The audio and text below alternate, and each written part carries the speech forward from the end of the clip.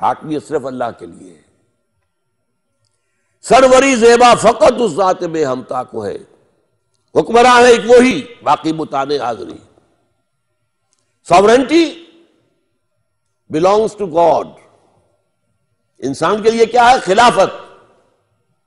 اور خلافت کے معنی کیا ہے؟ جو ہمارے ہاں وائسرائے ہوتا تھا، انگریز ہمارا حاکم تھا، بادشاہ یا ملکہ تو ہوتی تھی لندن میں، یہاں کون ہوتا تھا دلی میں؟ وائسرائے۔ ان کا آپس میں رشتہ کیا تھا؟ جو حکم لندن سے آ جائے گا اسے تو امپلیمنٹ کرنا ہوگا ایز سچ، وائسرائے کو اس میں تبدیلی کرنے کا اختیار نہیں ہے۔ البتہ جہاں کوئی حکم نہیں ہے اسے اپنی لوکل سرکمسٹانسز لوکل جو ہے دیکھنے چاہیے، اپنی پوری ذہانت سے کام لے کر جو بھی امپائر کے لیے بہتر بات نظر آئے وہ کر لے۔ یہ خلافت ہے، یہ وائسریجنسی ہے۔ Man is the vicegerent of God, man is not the ruler. سروری زیبا فقط اس ذات بے ہمتا کو ہے، حکمراں ہے ایک وہی، باقی بتانے حاضری۔ اس کی جو بادشاہت ہے اس کے معنی کیا ہے؟ اس کی کتاب اور اس کے رسول کی سنت کے تابع رہو گے۔ جہاں ان دونوں کا حکم ہے سر تسلیم خم، جہاں حکم نہیں ہے یہ امرہم ہے، اللہ نے تمہارے اوپر چھوڑ دیا ہے۔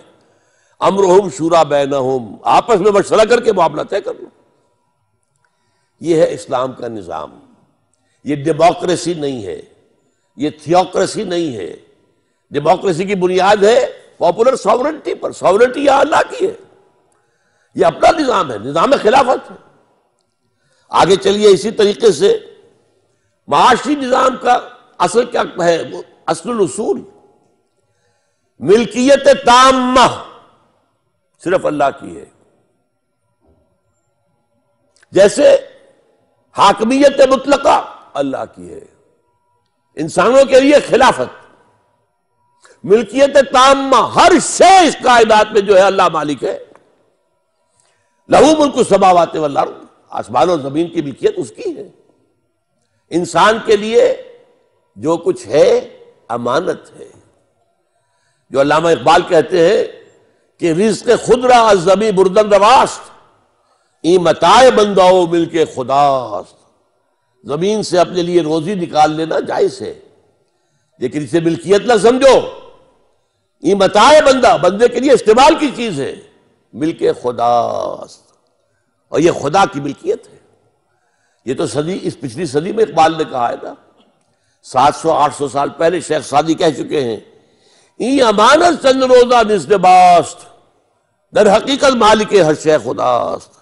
جو بھی ہمارے پاس ہے، آپ غور کیجئے، ہم اپنے جسم کے مالک نہیں ہیں، یہ جسم بھی ہمارے پاس امانت ہے، یہ ہاتھ بھی اللہ کی امانت ہے، اسی اللہ کی مرضی کے کام میں استعمال کرو گے، اللہ کی مرضی کے خلاف استعمال نہیں کرو گے۔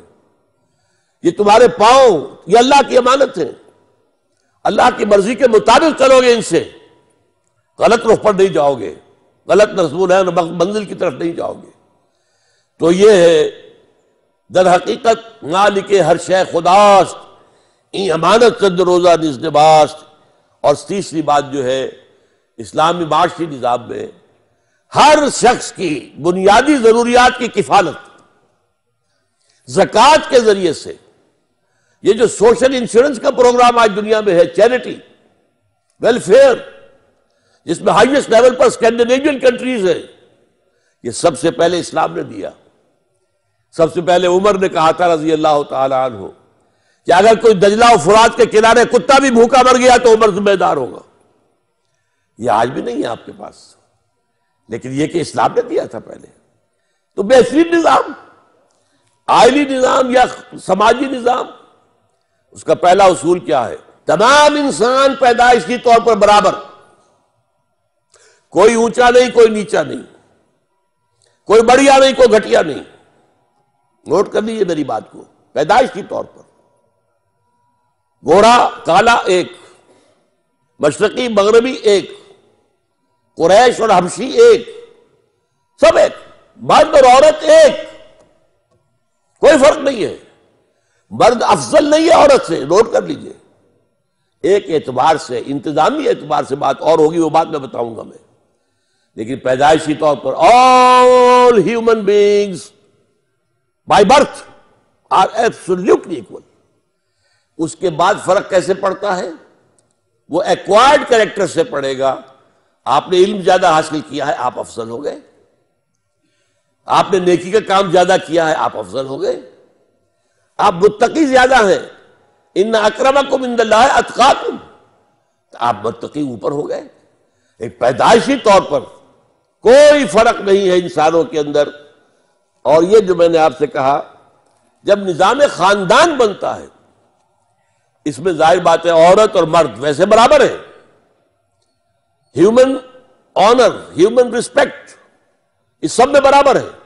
ہیومن بینگز ہے، ایک ہی باپ کے نطفے سے ہے بیٹا بھی اور بیٹی بھی، اور ایک ہی ماں کے رحم پہ پرورش پائی ہے بیٹے نے بھی بیٹی نے بھی. فرق کیسے ہو جائے گا؟ کوئی فرق نہیں. ہاں when they enter into a marriage contract, now they are not equal. شادی ہو گئی، آپ کو ادارہ بنانا ہے. ایک ادارے کے دو سربراہ برابر کا اختیار رکھنے والے نہیں ہو سکتے.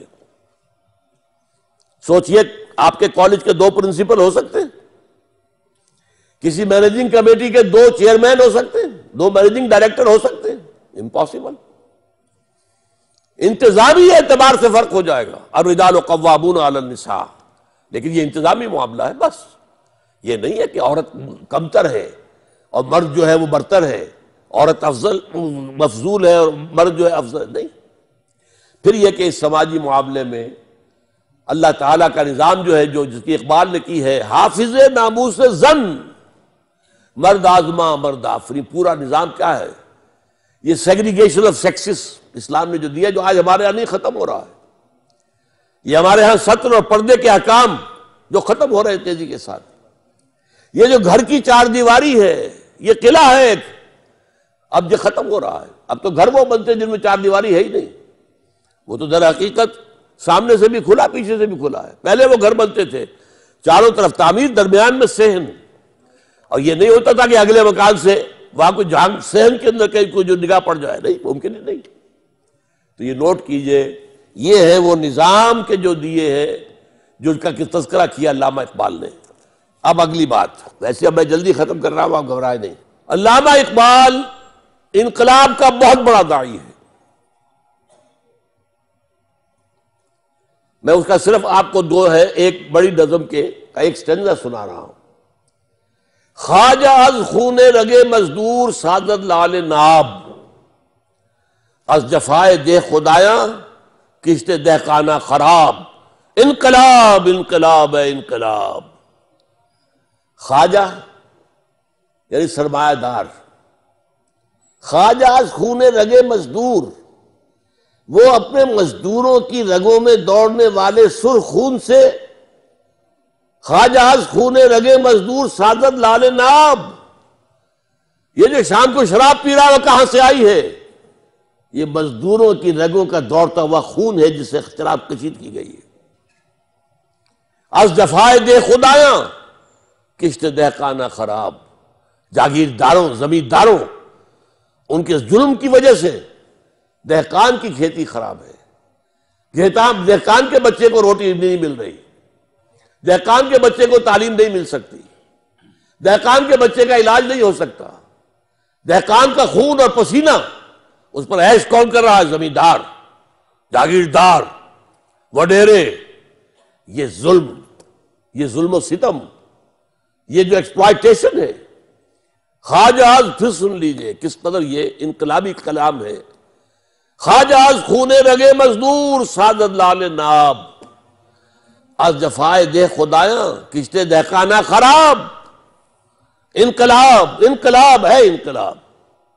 اس کے بعد علامہ اقبال نے انقلاب کا طریقہ بھی بتا دیا ہے دو اشعار کے اندر. اور یہ دو سمجھیے، ایک مصرے کے اندر مکی زندگی ہے، دوسرے مصرے میں مدنی زندگی ہے. اور عجیب ہے یہ اشعار، غور سے سنیں. فارسی کے ہیں. ویسے یہاں میری کتاب جو ہے علامہ اقبال اور ہم باہر موجود ہے، مل سکتی ہے آپ کو. یہ تو میں نے چند اشعار سنائے ہیں، ان میں تو بہت اشعار ہیں، اور فارسی کے اشعار کے ترجمے بھی ہم نے دیے. ہمیں معلوم ہے کہ